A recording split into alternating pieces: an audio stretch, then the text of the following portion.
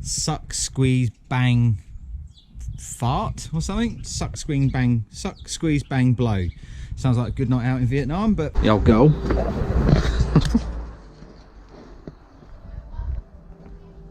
Hello, lovely bloody day. Once again, it is a balmy 20-something degrees here in southwest London, the deepest, darkest parts of southwest London, and obviously we've got the good weather, so we're going to take advantage of that, and we're going to do some stuff on old Nala today, old gnarly pops. I haven't prepared anything yet, so I'm going to get the bike out and ready right now. She is stuck there underneath her Oxford Essential Rider equipment. This thing's actually amazing. This is like the Oxford Storm.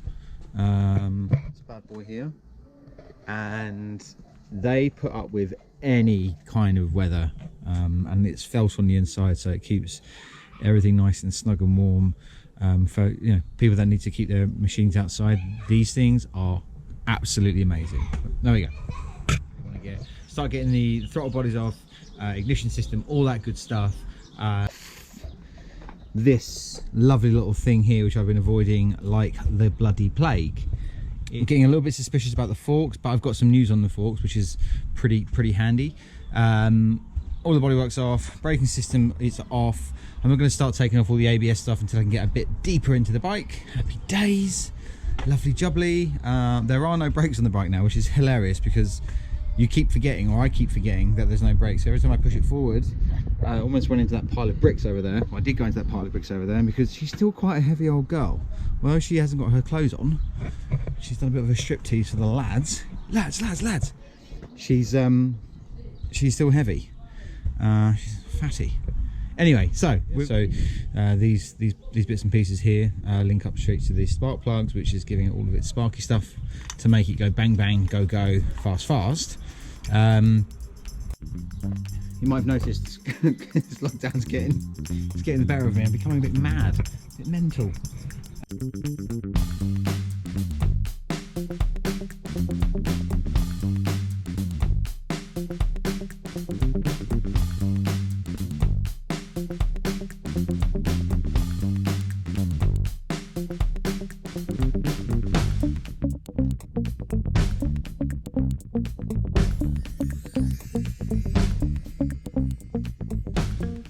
I've always been pretty scared about modern bikes, because they're really difficult to understand. Once you get, they're just difficult, right? There's no other way to explain it. They're just difficult to understand. There's more wires than anything else. It's more like spaghetti. Anyway, so we finally managed to get this lovely throttle body off of the old girl here with the help of my trusty manual. I've actually got the workshop manual as well, but this has been quite handy so far. So we've got the inlet valves here, or inlet manifolds. This is your main fuel line, fuel rails with your two fuel injectors here. On this side here we have, this is the throttle position sensor. This is telling the bike what position that the throttle is actually currently in. Here we have where the throttle linkage ties up to the throttle here on the handlebars, so that thing turns around. And then we have these three pipes here with this T-junction. This is all something to do with the EVAP system on the bike, which is actually quite an interesting feature of the bike. But good news is that the throttle body's off. We can forget about this little piece now until we get to Nala 2.0. See you later, throttle body. You've got a lovely body, haven't you, darling? Oh Jesus, should have been a comedian. All right, so then down here, for those of you that like this kind of thing, look at those lovely trumpets in there, these lovely valves. So these are the inlet valves. The outlet valves will be on this side, so these things pump up and down, allowing the fuel air mixture to come through into the combustion chamber for the old suck, squeeze, bang, fart or something. Suck, squeeze, bang, blow. Okay, so after you've had your suck, squeeze and your bang and your blow, you might want to start taking off the old ignition trays here. So that's what we're going to do next, is to get the ignition coils off, remove these, and then we can start getting an actual view of the engine from the top down, which will be a massive milestone, because this has been a bit of a nightmare to take apart so far. But I think this is actually probably the more intricate part of unplugging bits and pieces. We've got everything going on here in this little bit here, so we have to remove like the fueling system, we've got to take the ignition system off, all the wiring. It's pretty scary. I think once this is done, things are happening a lot quicker. I'm really hoping so. Hey, we've got a situation. Damn it, I've broken something. This is essentially one of the HT leads, I guess, that goes to the spark plug, and I'm trying to get this evap valve off to pull off the whole ignition coil, and in order to get to that, you've got to pull off all four. That's four spark plug wires, which is weird because this is a 2-cylinder bike, but they have 4 spark plugs, which is cool, unusual, expensive, and rather unnecessary, but I'm sure Honda had their reasons. Anyway, I've fucked it. I've pulled this thing clean off of that, so I'm hoping it's just a case of just getting a new coil. But yeah, there we go. That's whoops-a-daisy number 100, and we'll see how we get on. But just wanted to let you know, in the interest of being transparent. All right, we're getting there. This is all come off of there. Just got these to overcome. Try and get this HT leader off without it breaking as well. It seems to be really on there. Either I'm doing something wrong, or yes. Here we go. One ignition coil.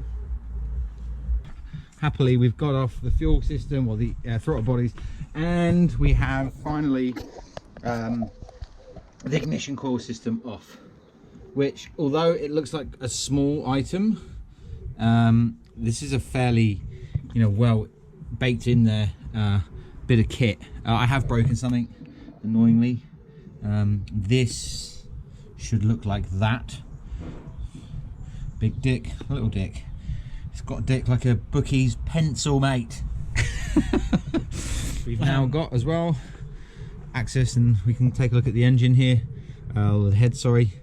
It's amazing to think that when you take the heads off, you've got to do all this stuff. I can't actually get my head around. In fact, now you know why it's so expensive when you go and have any work done on your bike. You think it's just a straightforward spark plug change, but that's a pretty big job these days for modern bikes, which is completely ridiculous. This should be something which anybody can do, and frankly, I think it's bollocks that they don't allow you to do that. But there we go. I don't make the rules. So with the engine, I have it on very good authority from the guys at Rugged Roads. Thank you, Rugged Roads. Best way to get the engine out of these is to lay it down. Lay the bike down on its side, and then lift the frame off of the engine. Who would have thunk it? Okay, so we are now removing this little puppy here, the ECM, the engine control module. We'll get that peeled back, and I think we'll call it a day after that. That is a successful day, so we'll crack on with this old girl. Just kill. There we go. Kill yourself on the old broom there. A yard broom. Why do they call it a yard broom?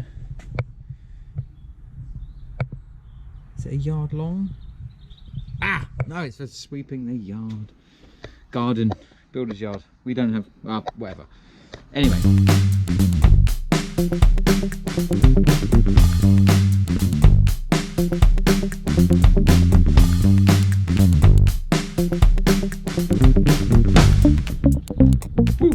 Well, I think we're going to call it a day now. We've got about as far as I wanted to get today, with all of the fuel systems all gone now, the ignition system's all gone. We've even got the engine control module out as well, so we're getting a new one of these bad boys. We're going to go with the Rapid Bike Evo, but I think that is a job well done for today. It's about as heavy as a, oh, what's it about as heavy as? A large schlong. Obviously I know exactly how much a large schlong weighs. So yeah, we've got done about as much as I dare today. Really good progress. Just want to keep the energy levels up. I'm really enjoying this now, now that I'm kind of like over the worst of it, as it were, like over basically just getting through the fact that, or getting over the fact that you've got to really pull the thing apart. You know, generally when you've got something very nice, although it is a written off machine, it still is a machine. You've got to get pretty harsh with it and start taking it apart properly. So once you get over that hurdle and you realize that, you know, it's got to come apart in some way and it will go back together again, hopefully, it actually becomes not quite as difficult. So yeah, really enjoying it. Want to keep things going. The videos are actually really helping me because it's pushing me to actually get this thing done, and give me the motivation.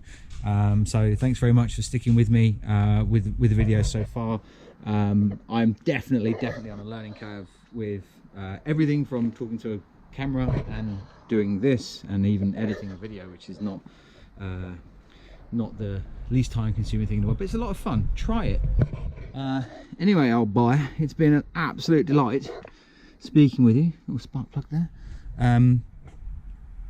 Once again, we'll see you on a lovely day when the weather's good. Take care. I'll see you later, pal.